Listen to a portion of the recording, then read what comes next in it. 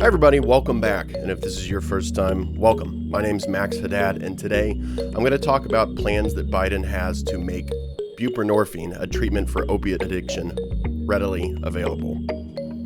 Now, full disclosure, I'm on buprenorphine.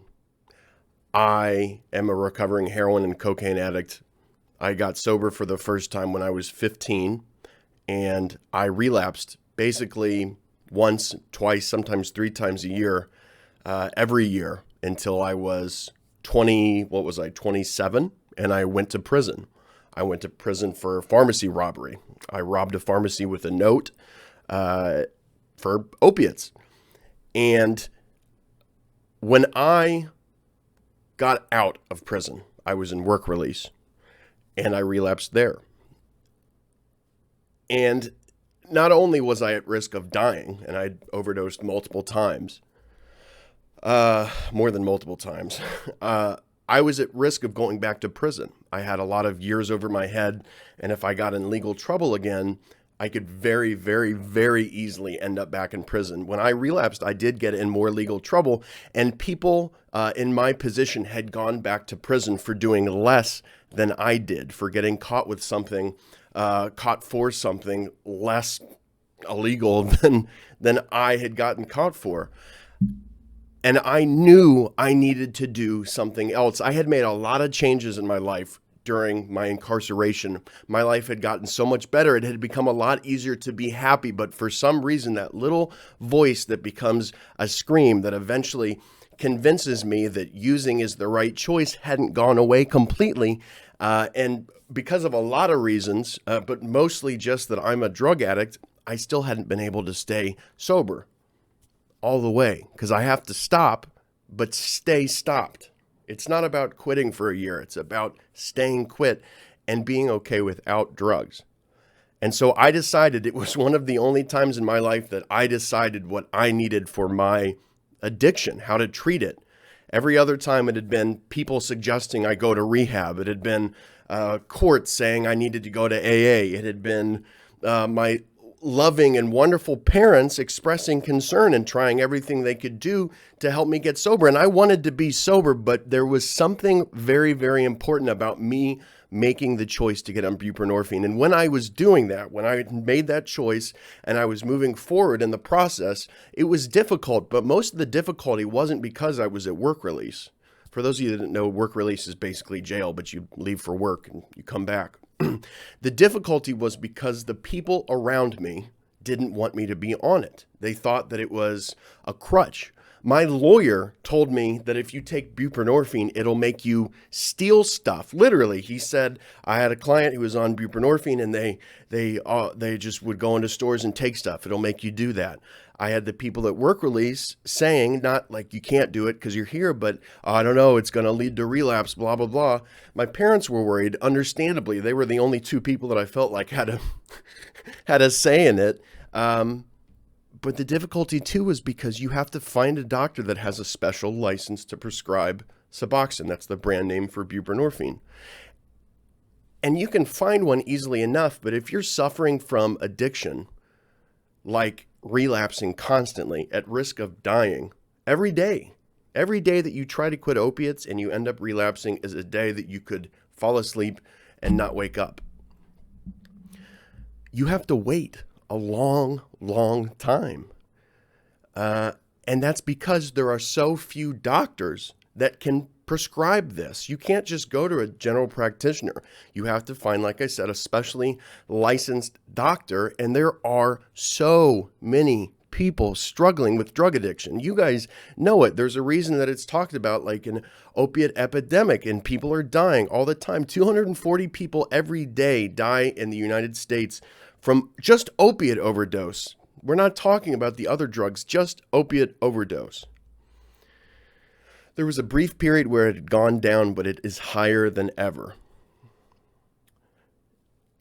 And all of those people, not all of those people, but a lot of those people want help, but they can't make it 3 days, let alone the month, sometimes more, that you have to wait to get treatment. And more doctors being available to prescribe this would alleviate some, if not all, of that problem. Now, to address people around me saying it's bad for you, it's a crutch.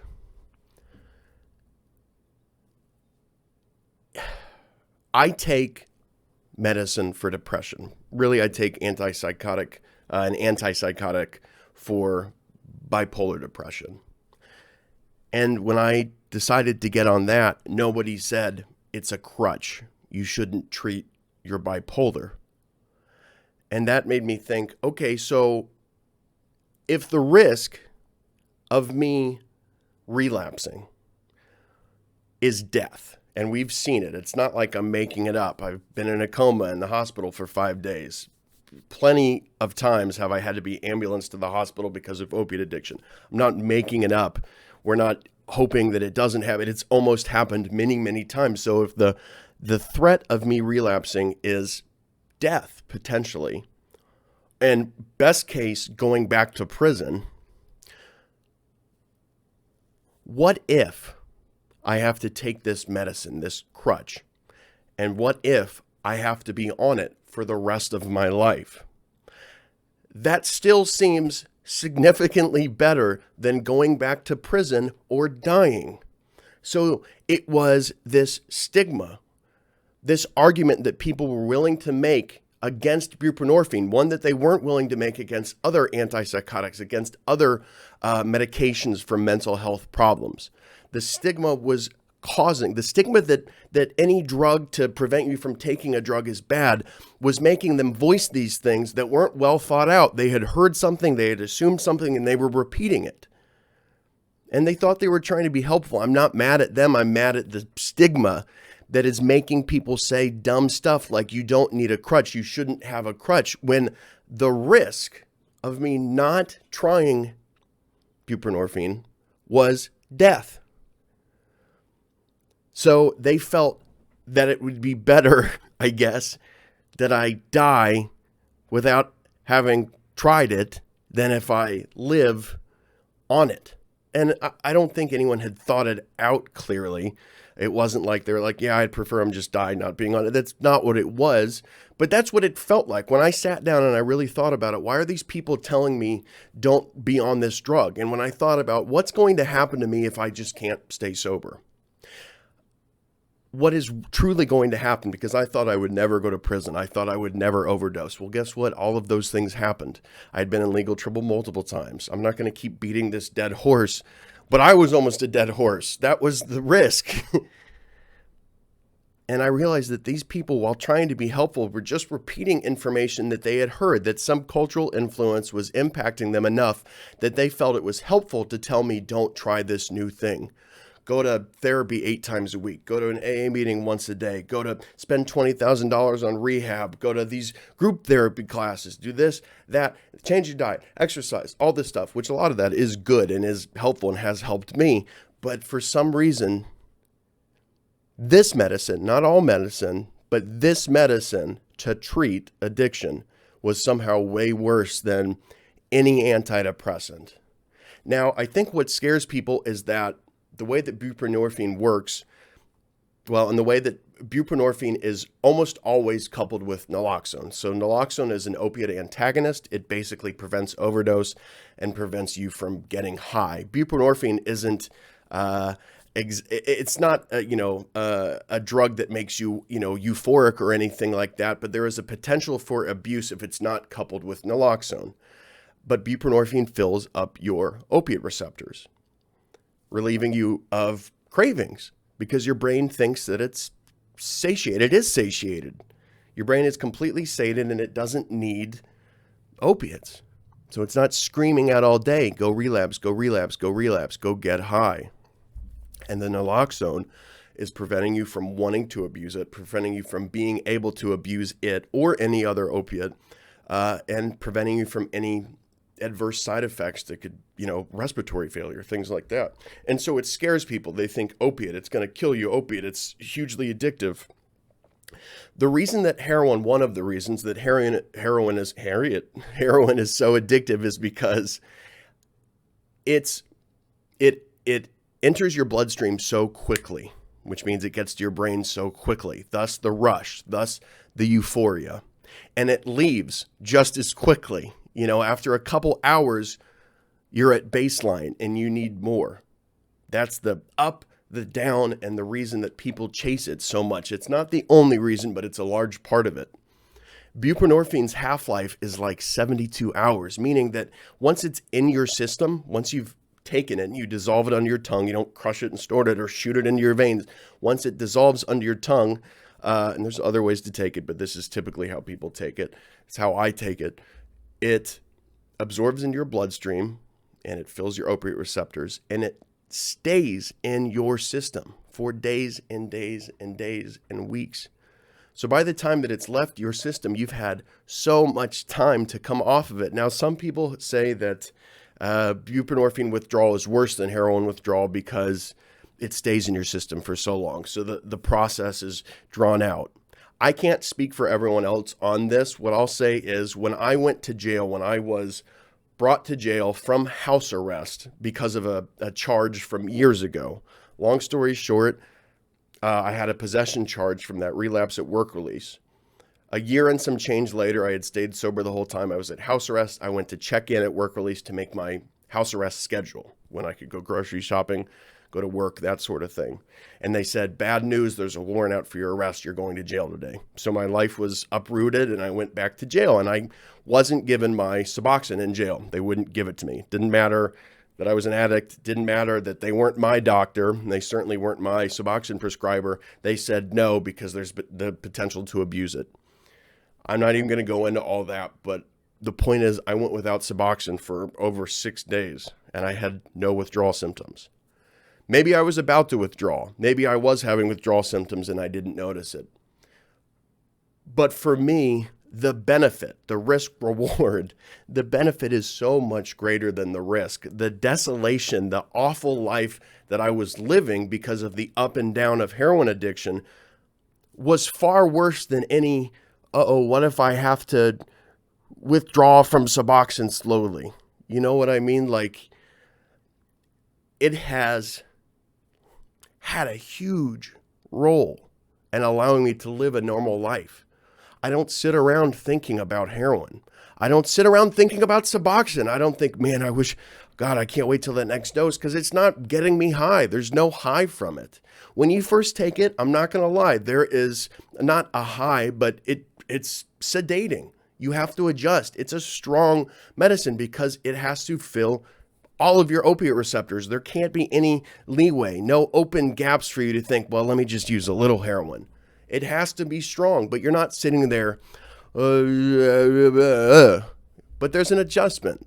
And once you get through that, when I take it every day. I don't sit around buzzing. That's not what it is. I go about my life like all of you out there that aren't addicts. I'm normal. I'm finally a normal person, for better or for worse. And so today, Biden is talking about Trump, and this is not a political channel. This is not a political argument. I'm just trying to be informative. Trump and his cabinet I don't want to say did their best, but they allowed more people. They tried to push for more doctors to be able to prescribe Suboxone. Now, there's some yuckiness associated with how they went about it. It may not have been entirely legal, but that's what they did. I don't know if it was to check a box so Trump could say, I tried to help the addicts. I don't know. I'm not saying pro-Trump, he did a great job. I'm just saying that's what happened. And Biden, when he got into office, repealed that, potentially making it, again, more difficult for people to prescribe Suboxone.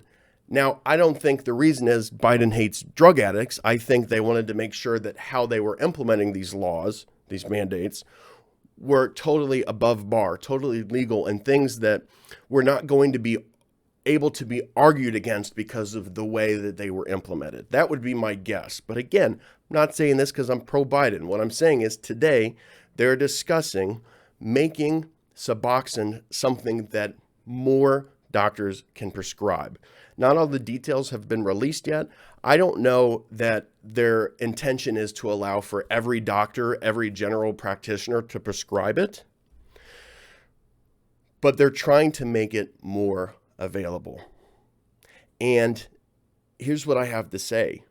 Any obstacle in the way of an addict seeking treatment could be the thing that kills them. Because everything in them, everything in me was screaming to not do the right thing. But the real me, the true Max, the one who had been beaten down by life and addiction, who is this big, knew that getting sober and staying that way was what he wanted and it was the right thing. I was lucky that though it was so difficult, I had so many complications and consequences hanging over my head that it felt like, God damn it, Max, you have to do this. And so I did it for me. And again, me making that choice for myself was so helpful, despite what everyone around me was saying. But those obstacles can get in the way. They can tag team with those voices in you yelling, don't do the right thing. Obviously, they're a little bit more tactful than that, more convincing, more manipulative. But basically, they're saying, kill yourself. Slowly, quickly, don't care, kill yourself. And yeah, there should be some regulatory process to make sure that people that are just going and selling Suboxone aren't able to just get it. But check this out. Ain't nobody out there on the street dying from Suboxone. So if I'm being frank with you, I could give a shit less. I couldn't give a shit less if people are selling it. Because guess who they're selling it to? Drug addicts, heroin addicts. And I would much prefer heroin addicts on the street be using Suboxone than heroin. When I was using actively, and when I was hanging out with a bunch of other people that were using heroin, hanging out, just picking up with them, I would go and meet homeless people and ask them, where do you get your drugs from? Literally, then I'll buy you some if you introduce me. If I didn't have a dealer, that's what I did. And we all avoided buprenorphine like the plague because it would prevent us from actually getting high on heroin.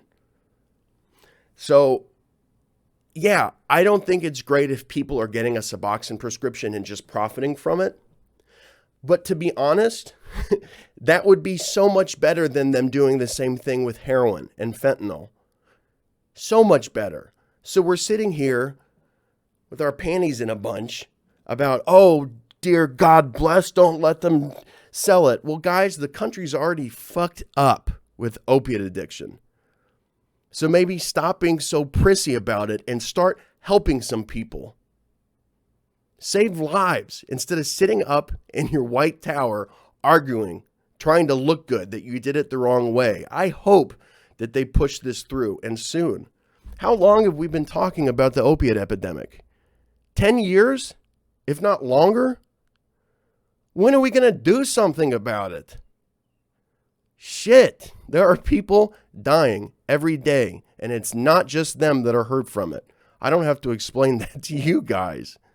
How many families have been ruined because of heroin, because of fentanyl, because of Vicodin, because of OxyContin? How many?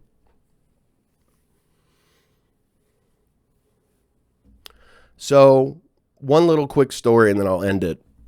When I went to get my prescription, go to this specialist. I'm going today. I'm leaving in an hour and a half to go to my specialist to get a 3-week prescription.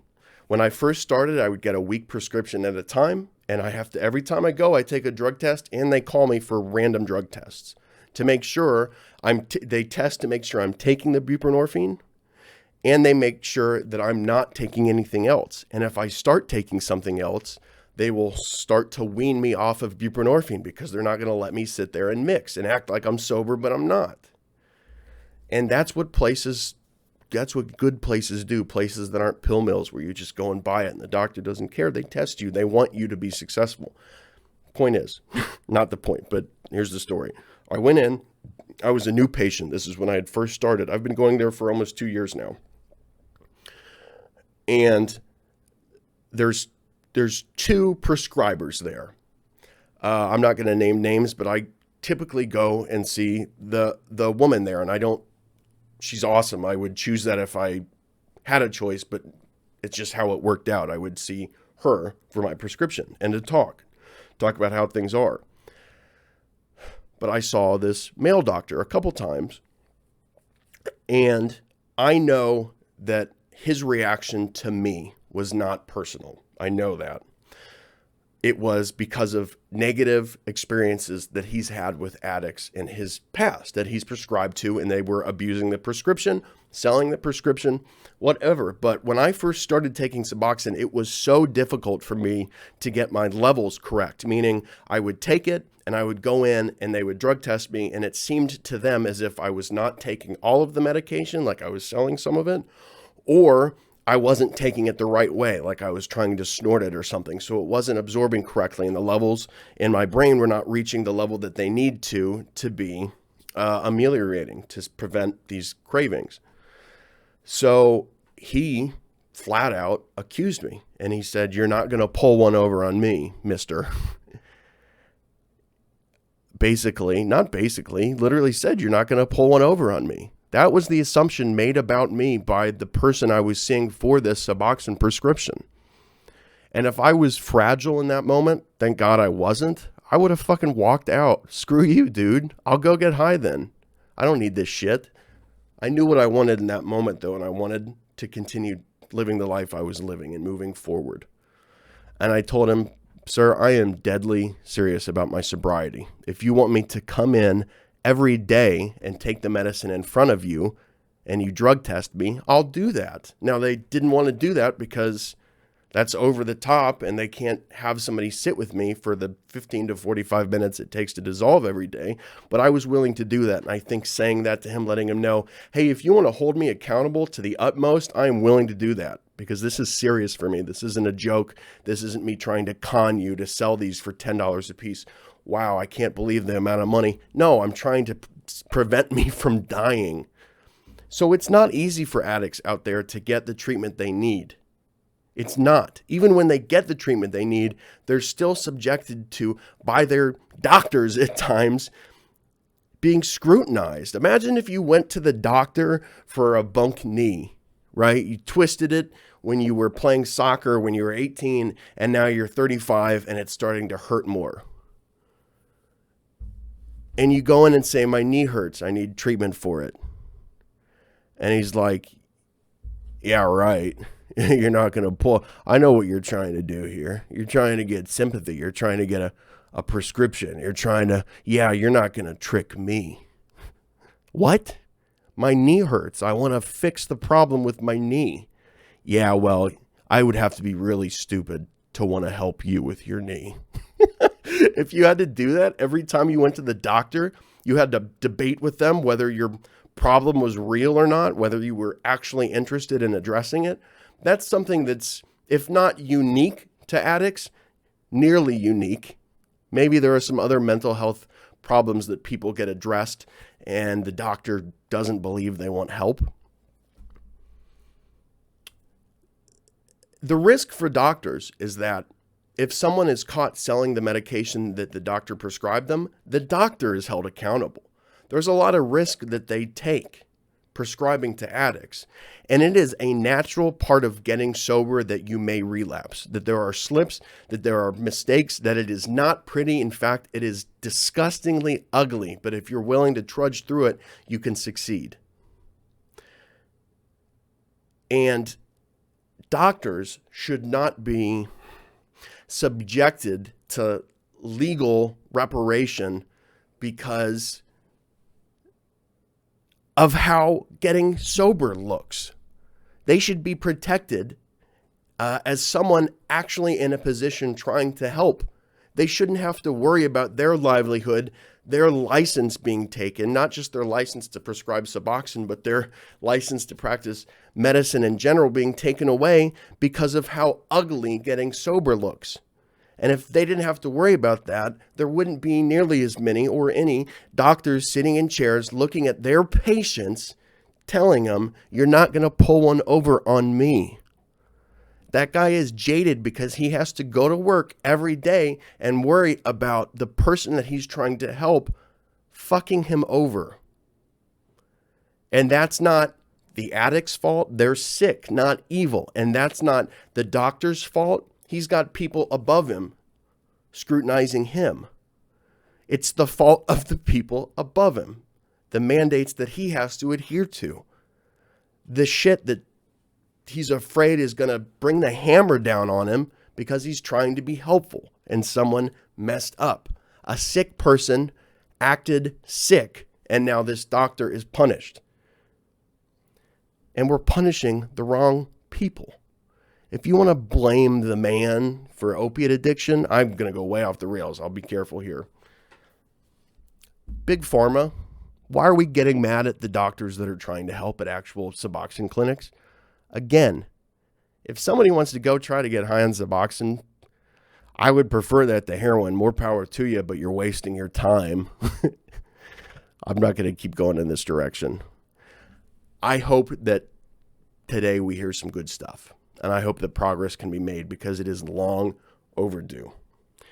If you or someone that you know is struggling with opiate addiction, there are tons of resources. Even though you may have to wait to get in, there are tons of resources.